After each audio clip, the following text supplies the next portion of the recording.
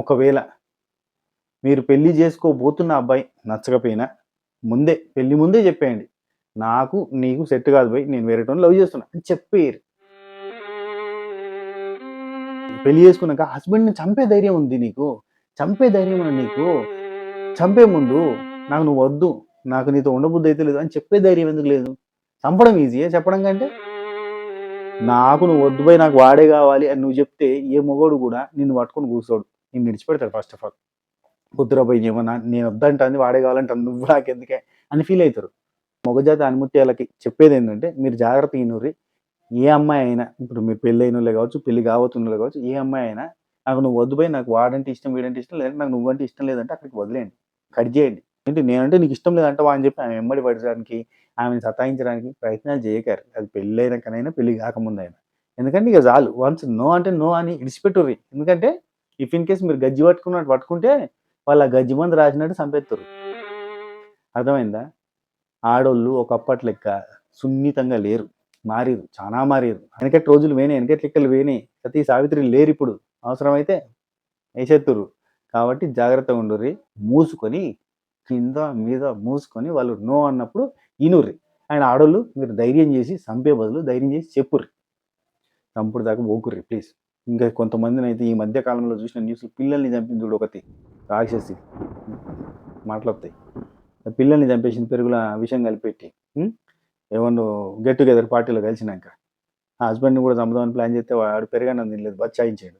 So దయచేసి పిల్లల్ని పొట్టన పెట్టుకోకుర్రి, భర్తల్ని చంపగారి. అండ్ భర్తలు కూడా, ఇది ఓన్లీ ఆడల గురించి చెప్తారా, హస్బెండ్స్ కూడా ఎవరిని కూడా అక్కడి దాకా క్రూయల్గా ఆలోచించకూడదు. మీకు నిజంగా వద్దని కూడా వద్దని చెప్పి వెళ్ళిపోరు తప్ప క్రూయల్గా ఆలోచించకూడదు ప్లీజ్, దయచేసి. It's my humble request. Raja Raghuvanshi murder mystery, ఇదే న్యూస్ దేశం మొత్తంలో ఉన్న అన్ని న్యూస్ ఛానళ్లలో వస్తుంది. కోడై కుక్కై పిల్లై గట్టిగా అరుస్తున్నారు, కూస్తున్నారు. దానికి కారణం ఈ మర్డర్ మిస్టరీలో ఒక పెద్ద క్వశ్చన్ మార్క్ ఉంది. అదే ఆడోళ్ళకి అసలు ఏం కావాలి. ఆడోళ్ళకి అసలు ఏం కావాలి, ఆడోళ్ళ మనసులో ఏమున్నది. ఎందుకంటే మామూలుగా పెళ్లి సంబంధం చూస్తుంటే వెల్ సెటిల్డ్ కావాలి, వాడు బాగా డబ్బులు సంపాదించేవాడు కావాలి, వాడు అద్భుతమైన జాబర్ కావాలి, లేదా గవర్నమెంట్ జాబర్ కావాలి, లేదంటే బాగా పాస్తులు ఉండాలి, ఇవన్నీ చూస్తారు. లేదంటే అందంగా ఉండాలి, ఫిజికల్గా ఫిట్నెస్ ఉండాలి, సూపర్గా ఉండాలి, మస్తు ఉండాలి.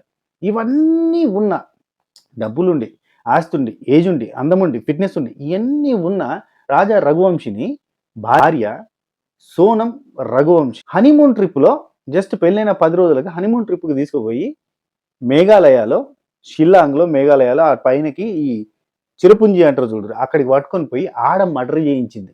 అది సోనం దగ్గర వర్క్ చేసి ఒక పనోడు, ఒక వర్కరు, ఆ వర్కరు చూడ్డానికి అందంగా లేడు, తనకంటే ఏజ్లో చిన్నోడు, హస్బెండ్ చాలా అందగాడు. ఇతని ముందు నేను ఫోటోలు వేసి చూపిస్తా. ఈ మనిషితో పోల్చడానికి లేదు, అందంలో లేడు, ఆస్తిలో లేడు, పాస్తిలో లేడు, దేనిలో కూడా లేడు. కానీ ఈ మనిషి కోసం ఈ మనిషితోటి మాట్లాడి ఒక ముగ్గురు మనుషుల్ని, ఇక నేను ఫోటోలు వేస్తా. సో ఆ ముగ్గురు మనుషులతోటి సుఫారీ ఇచ్చి డబ్బులు కాంట్రాక్ట్ కిల్లింగ్కి మాట్లాడుకొని వీళ్ళందరితోటి రాజా రఘువంశిని మర్డర్ చేయించి 17 రోజులు దాదాపు, అంటే వీళ్ళకి పెళ్ళైంది 11 మే, ఇదే 2025 11th మేలో మ్యారేజ్ అయితే 20th మే హనీమూన్కి వేరు. అంటే 11th మే నుంచి 20th మే వరకు వాళ్ళకి సంబంధించిన ఈ రిచువల్స్, వాళ్ళ సాంప్రదాయాలు, అటు తిరగడం ఇటు తిరగడం, సవాలక్షి ఉంటే 5-6 రోజులు కదా. ఆ తర్వాత ఒక 4 రోజులు ఇక్కడ ఉన్నారు, ఎంజాయ్ చేసిరు, మంచిగా ఉందంట. ఇప్పుడు ఈ కేసులో రెండు వర్షన్స్ ఉన్నాయి అబ్బా, రెండు చెప్తా, మీరే షాక్ అవుతారు, పరిచయం అవుతారు, నెత్తి పట్టుకుంటారు ఏంద్రా ఇదంతా అని. అయితే ఇప్పుడు ఈ 11 నుంచి 20 వరకు ఇక్కడ ఉన్నారు, 20 నాడు వీళ్ళు హనీమూన్కి షిల్లాంగ్కి వేరు. అయితే దీనికంటే ముందే కామాఖ్యాదేవి టెంపుల్కి పోవాలని చెప్పి హస్బెండ్ కోరిక. కానీ హస్బెండ్ కోరికని కాదు, మనం మేఘాలయకే పోదామని చెప్పి ఇవి తిప్పింది. వీళ్ళు గౌహతికి పోయి మేఘాలయ వేరు అని చెప్పి కొంతమంది అంటారు, మేఘాలయకి డైరెక్ట్గా వేరు అని ఇంకొంతమంది అంటారు. పోలీస్ ఇన్వెస్టిగేషన్లో పూర్తి స్థాయిలో ఇన్ఫర్మేషన్ ఇంకా బయటకు రావాలి, ఇంకా గుంజుతున్నారు, అందరిని అరెస్ట్ చేశారు.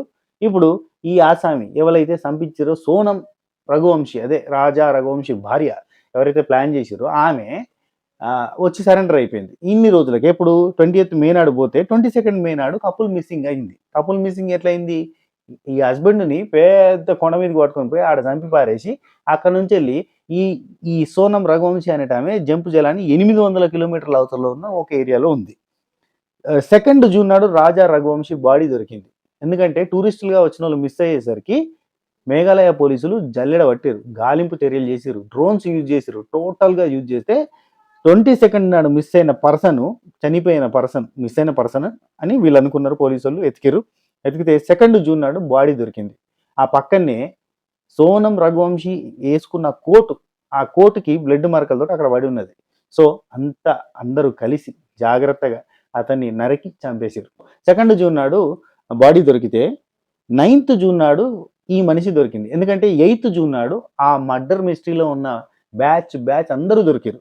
ఎవరైతే ఇప్పుడు సోనం రఘువంశీ లవ్ చేస్తున్న ఈ రాజ్ కుష్వా, వీడి పేరు కూడా రాజ్ కుష్వా ఖుషి చేస్తే ఈ సోనం రఘువంశీ నచ్చి సోనం రఘువంశీ రాజ్ కుష్వా ప్లాన్ ఎట్లా చేసుకున్నారు అనేది మేఘాలయ పోలీసులు పక్కగా చెప్తున్నారు. వీళ్ళు ఫోన్లు మాట్లాడుకున్నారు, వాట్సాప్ చేసుకున్నారు, లొకేషన్ షేర్ చేసింది, ఈమె ఫోన్లోకి వెళ్ళి లొకేషన్ పోయింది, ఇవన్నీ వాళ్ళు చెప్తున్నారు. ఈ రాజ్ కుష్వా త్రూ మాట్లాడి ముగ్గురిని మర్డర్ చేయడానికి బుక్ చేశారని చెప్పారు కదా. అందులో విశాల్ అని, ఆకాష్ అని, ఆనంద్ అని ముగ్గురు ఉన్నారు. అంతా పోరాణాలు, బచ్చా పోరాణాలు. ఈ పోరాణాలకు డబ్బులు ఇస్తా అంటే వీళ్ళని ఇతన్ని చంపేయడానికి వాళ్ళు వచ్చారు. వీళ్ళందరికీ గైడ్ చేసింది ఈ మేడమే. ఎవరు? సోనం. ఎందుకంటే వాట్సాప్లో అండ్ ఇన్స్టాగ్రామ్లో, వాట్సాప్లో, ఫోన్ చాట్లో, అదేంది మన కాల్ డాటాలో ఇదంతా కూడా బయటపడ్డది. ఇది మేఘాలయ పోలీసులు చెప్తున్న వర్షన్. అయితే ఇక్కడనే రాజా రఘువంశీ వాళ్ళ మదర్ కావచ్చు, రాజా రఘువంశీ వాళ్ళ బ్రదర్ కావచ్చు, వీళ్ళందరూ ఏమంటున్నారంటే సోనం మంచిదే, మేఘాలయ పోలీసులు తప్పించుకోవడానికి ఈమె మీద వేస్తున్నట్టున్నారు, కొంచెం డౌట్ వస్తుంది. కానీ ఒక డౌట్ ఉందని చెప్పి మళ్ళీ రాజా రఘువంశీ వాళ్ళ అమ్మ ఒక పాయింట్ చెప్పింది. అండ్ ఇదికు సోనం వాళ్ళ పేరెంట్స్ కానీ, సోనం వాళ్ళ బ్రదర్ కానీ ఏమంటున్నారంటే మేఘాలయ పోలీసులకి ఇన్ని రోజులు ప్రెజర్ పడ్డది. ఎప్పుడో 22 మే నాడు కపుల్ మిస్ అయితే ఇప్పటిదాకా దొరకలేదు. కాబట్టి ఇప్పుడు ఏం చేస్తారంటే నైస్గా ఈ అమ్మాయి మీదకే దోస్తున్నారు. వాళ్ళు ప్రెజర్ బాగా అయిపోయింది. ఎందుకంటే టూరిస్టుల మీద వచ్చేసరికి టూరిజం డిపార్ట్మెంట్ అంతా మేఘాలయలో బాగా టూరిస్టులకు సేఫ్ కాదు అని చెప్పి బాగా వచ్చేసరికి వాళ్ళ టూరిజం డిపార్ట్మెంట్ బాగా ప్రెజర్కి గురైంది. అందుకని చెప్పి ఇట్లాంటి నిందలు వేసారు మా కూతురు మీద.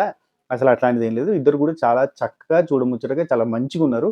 వీళ్ళిద్దరి మధ్యలో ఎటువంటిది లేదు. అసలు ఆమె చంపది కావాలని చేస్తున్నారు ఇదంతా అని వీళ్ళు అంటున్నారు. ఎందుకంటే ఇక్కడ మేఘాలయ పోలీసులు సోనం రఘువంశీ ఈరోజు జూన్ 9th అంటే ఈరోజు ఎర్లీ మార్నింగ్ కూడా కాదు, వెరీ వెరీ వెరీ మార్నింగ్ అంటే 2 గంటల ఉదయం 2 గంటలకి వాళ్ళ బ్రదర్కి ఫోన్ చేసి నేను ఇక్కడ ఉన్నా, నన్ను కిడ్నాప్ చేశారు కొంతమంది, నన్ను వదిలేసిర్రు, నేను 800 kilometres away from that murder జరిగిన ప్లేస్ నుంచి 800 కిలోమీటర్స్ అవే గాజీపూర్లో నేను ఇక్కడ ఉన్న ఒక దాబా ఓనర్ దగ్గర ఫోన్ తీసుకొని మీకు ఫోన్ చేస్తున్నా అని చెప్పి చెప్పింది. నన్ను ఇక్కడ వదిలేసిర్రు, నన్ను కిడ్నాప్ చేశారు ఇన్ని రోజులు అని చెప్తే అక్కడ ఉన్న పోలీసులకి ఇన్ఫార్మ్ చేస్తే అక్కడ ఉన్న పోలీసులు ఈ పర్సన్ని తీసుకొని మేఘాలయ పోలీసులకు అప్పచెప్పారు. మేఘాలయ పోలీసులు ఆల్రెడీ 3 అరెస్ట్ చేశారు. ఎవరు? రాజ్ కుష్వా అండ్ సోనం కలిపి ఎవరినైతే పెట్టుకున్నారో పర్సన్స్, విశాల్, ఆకాష్, వీళ్ళు ఉన్నారు ఆనంద్, వీళ్ళని అరెస్ట్ చేశారు. వీళ్ళని అరెస్ట్ చేసేసరికి ఈమె ఆల్రెడీ ఈమె దొరికిపోవడానికి కారణం ఏంది? వీళ్ళందరినీ అరెస్ట్ చేశారు కాబట్టి ఈమె దొరికిపోయింది. లేదంటే ఈమె కూడా బయటకు రాకపోయేది, మనల్ని కూడా పట్టుకునేది అని అనుకునేది. కానీ వీళ్ళంతా దొరికిపోయేసరికి ఏం చేయలేక ఈమె చక్కగా సరెండర్ అయిపోయింది. సరెండర్ అయింది అని మేఘాలయ పోలీసులు అంటున్నారు. మా దగ్గరికి వచ్చినాక ఏమంటే సరెండర్ అయిందండి, నేనే చేయించిన అని ఒప్పుకుంది. అండ్ వాళ్ళు కూడా అన్నారు ఈమెనే డబ్బులు ఇచ్చింది, చేయించింది మాతోటి అని చెప్పి వాళ్ళు చెప్పారని చెప్పి వాళ్ళు క్లారిటీగా ఉన్నారు. అయితే వీళ్ళ పేరెంట్స్ మాత్రం ఈ వర్షన్ చెప్తున్నారు. ఇది ఓవరాల్గా ఇక్కడ జరిగిన స్టోరీ. అయితే దీనిలో అనుమానించదగ్గ థింగ్స్ ఏమున్నాయంటే హనీమూన్లో కూడా ఈ రాజ్ కుష్వా అనేటోడితోటి ఈ సోనం రఘువంశీ అనేట ఆమె కాంటాక్ట్లో ఉండడం.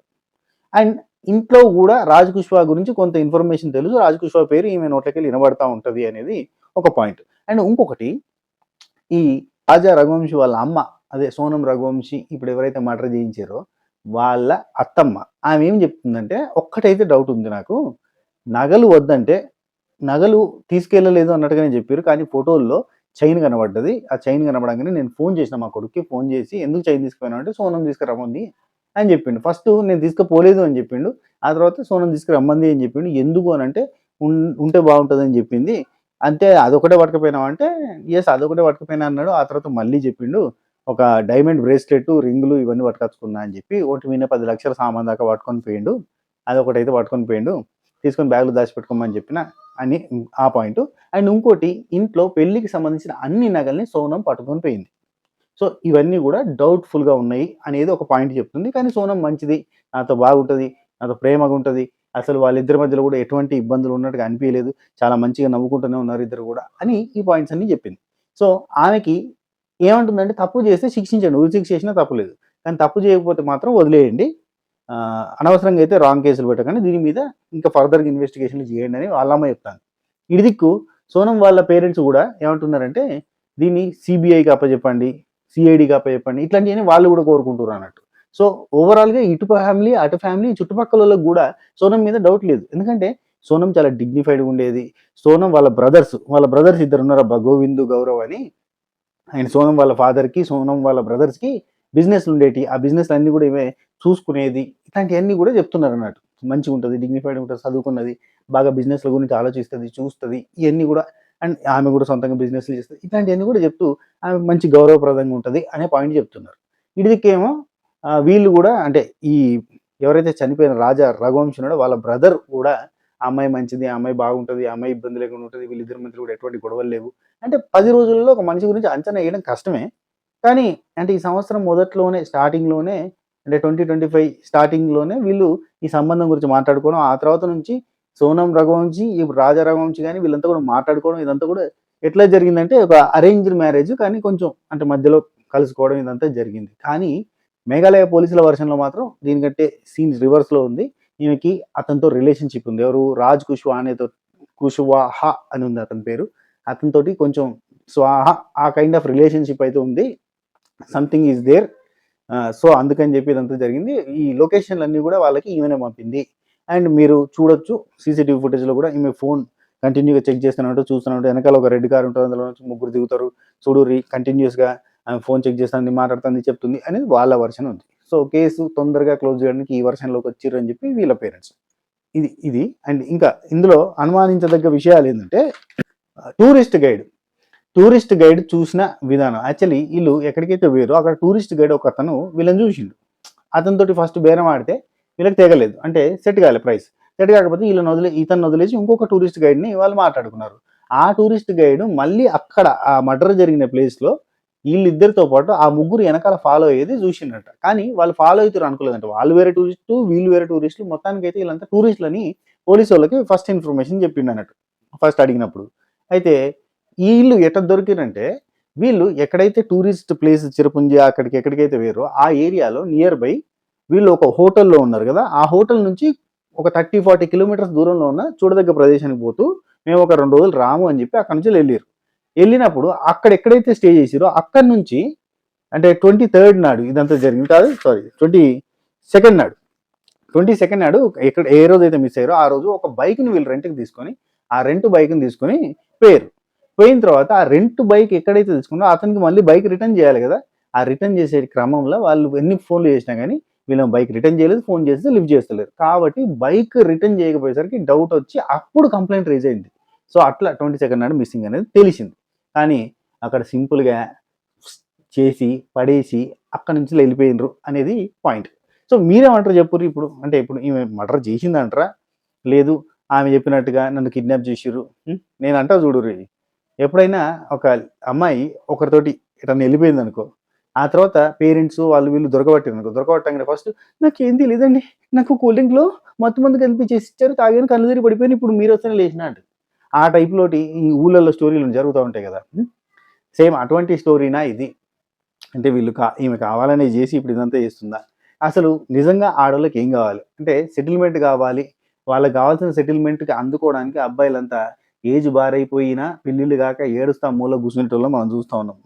కిందికి 30 ఏళ్ళు వచ్చినా 35 ఏళ్ళు వచ్చినా వాళ్ళకి పెళ్ళిళ్ళు కాక, ఎందుకంటే అమ్మాయిలకు కావాల్సినంత సెటిల్మెంట్ కాలేక కింద మీద అయిపోయి నెత్తి మీద జుట్టంతా పోయి నెత్తి పట్టుకొని కూర్చునే అబ్బాయిలను చూస్తున్నాం. ఎవరు వస్తే వాళ్ళు, ఎవరు దొరికితే వాళ్ళని ఆఖరికి పెళ్లి చేసుకునే సిచ్యువేషన్ చూస్తున్నాం. కొంతమందికి పెళ్లి మీద ఆశలైపోతున్నాయి. అండ్ ఇటువంటి ఇన్సిడెంట్ చూసినప్పుడు పురాగా ఉన్న ఆశలు చచ్చిపోతాయి. ఎందుకంటే ఇది ఫస్ట్ టైం కాదు, ఈ మధ్య కాలంలో కంటిన్యూస్గా కామన్గా జరుగుతుంది. అండ్ ఓవరాల్గా నేను ఒక విషయం చెప్దాం అనుకుంటున్నా. మీకు ఒకవేళ ఒకవేళ మీరు పెళ్లి చేసుకోబోతున్న అబ్బాయి నచ్చకపోయినా పెళ్లి ముందే చెప్పేయండి, నాకు నీకు సెట్ కాదు భయ్, నేను వేరేటోని లవ్ చేస్తున్నా అని చెప్పేయరు. మీరు ఒక మనిషిని చంపే ధైర్యం చేయడానికి రెడీగా ఉన్నప్పుడు, ఒక మనిషి కోసం ఇంకో మనిషిని కిల్ చేయడానికి రెడీగా ఉన్నప్పుడు, నాకు నువ్వు వద్దు అని చెప్పే ధైర్యం చేయడానికి రెడీగా లేకపోవడం ఏందండి? నాకు అర్థం కాదు. ఒక లేడీ ఒక హస్బెండ్ని పెళ్లి చేసుకున్నాక హస్బెండ్ని చంపే ధైర్యం ఉంది నీకు, చంపే ధైర్యం ఉంది నీకు. చంపే ముందు నాకు నువ్వు వద్దు, నాకు నీతో ఉండబుద్ధి అయితే లేదు అని చెప్పే ధైర్యం ఎందుకు లేదు? చంపడం ఈజీయే చెప్పడం కంటే. నాకు నువ్వు వద్దు పోయి నాకు వాడే కావాలి అని నువ్వు చెప్తే ఏ మొగోడు కూడా నిన్ను పట్టుకొని కూర్చోడు, నిన్ను విడిచిపెడతాడు ఫస్ట్ ఆఫ్ ఆల్. వద్దురా భయ్ ఏమన్నా నేను వద్దంటుంది వాడే కావాలంటే నువ్వు నాకెందుకే అని ఫీల్ అవుతారు. అట్లుంటది. ఇప్పుడు చాలా వరకి మన మొగజాతి ఆణిముత్యాలకి చెప్పేదేంటంటే, మీరు జాగ్రత్తగా ఇనుర్రి. ఏ అమ్మాయి అయినా, ఇప్పుడు మీ పెళ్ళైనోళ్ళే కావచ్చు, పెళ్లి కాబోతున్నోళ్ళే కావచ్చు, ఏ అమ్మాయి అయినా నాకు నువ్వు వద్దు భయ్, నాకు వాడంటే ఇష్టం, వీడంటే ఇష్టం, లేదంటే నాకు నువ్వంటే ఇష్టం లేదంటే అక్కడికి వదిలేయండి. కట్ చేయండి. ఏంటి నేనంటే నీకు ఇష్టం లేదంటావా అని చెప్పి ఆమె వెంబడి పడడానికి, ఆమెను సతాయించడానికి ప్రయత్నాలు చేయకండి. అది పెళ్ళైనాకనైనా, పెళ్లి కాకముందైనా. ఎందుకంటే ఇక చాలు. వన్స్ నో అంటే నో అని ఇడిచిపెట్టుర్రి. ఎందుకంటే ఇఫ్ ఇన్ కేస్ మీరు గజ్జి పట్టుకున్నట్టు పట్టుకుంటే వాళ్ళు ఆ గజ్జి మందు రాసినట్టు చంపేస్తారు. అర్థమైందా? ఆడోళ్ళు ఒకప్పటి లెక్క సున్నితంగా లేరు. మారిర్రు. చానా మారిర్రు. అంతా మనం చూస్తున్న కంటెంట్ ఎఫెక్టే అదంతా. వైలెన్స్ అనేది మన బ్రెయిన్‌లోకి ఎక్కింది. క్రూయల్‌గా తయారైనాం. ఇది కలికాలం. కలిపురుషుడు కాలం ఏలుతాండు. జరుగుతూనే ఉంది అంతా. అయిపోయింది. మ వెనకటి రోజులు పోయినాయి. వెనకటి లెక్కలు పోయినాయి. సతీ సావిత్రి లేరిప్పుడు. అవసరమైతే ఏసేత్తుర్రు. కాబట్టి జాగ్రత్తగా ఉండుర్రి.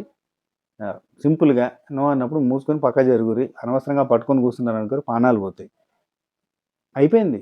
వాళ్ళకి ఇప్పుడు ఇయాల రేపు ఏందంటే మరీ వైలెంట్‌గా ఉన్నారు. అమ్మాయిల్ని పువ్వులు చూపియర్రా అని చెప్పి మన సినిమా డైలాగ్ అబ్బాయిల గురించి అయితే ఎట్లుందో వాళ్ళకి గూడా మరీ వైలెంట్‌గా ఉన్నారు. పువ్వుల్ని, గాజుల్ని, చీరల్ని చూపియర్రి వాళ్ళ ఆడోళ్ళని వాళ్ళకి గుర్తు చేయర్రి అనే సిట్యుయేషన్‌లో ఉంది. కాబట్టి మూసుకొని కింద మీద మూసుకొని వాళ్ళు నో అన్నప్పుడు ఇనుర్రి. అండ్ ఆడోళ్ళు మీరు ధైర్యం చేసి చంపే బదులు ధైర్యం చేసి చెప్పుర్రి. చంపుడు దాకా పోకుర్రి ప్లీజ్. ఇంకా కొంతమందినైతే ఈ మధ్య కాలంలో చూసిన న్యూస్‌లో పిల్లల్ని చంపింది చూడు ఒకతి రాక్షసి. మాటలొత్తాయి.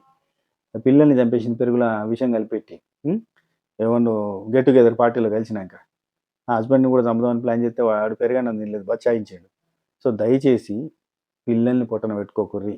ఎవ్వడో జస్ట్ ఏముంది భయ్ సెకండ్స్, సెకండ్స్ సుఖం కోసం మొగుడిని చంపేసి, పిల్లల్ని చంపేసి ఇయన్నీ ఎందుకు?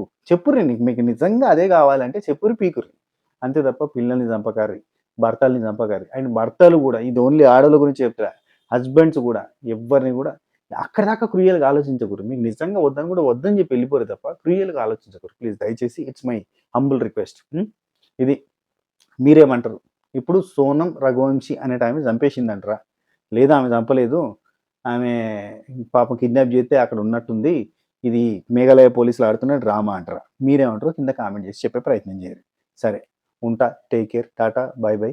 నమస్తే. శుభ ఖైర్.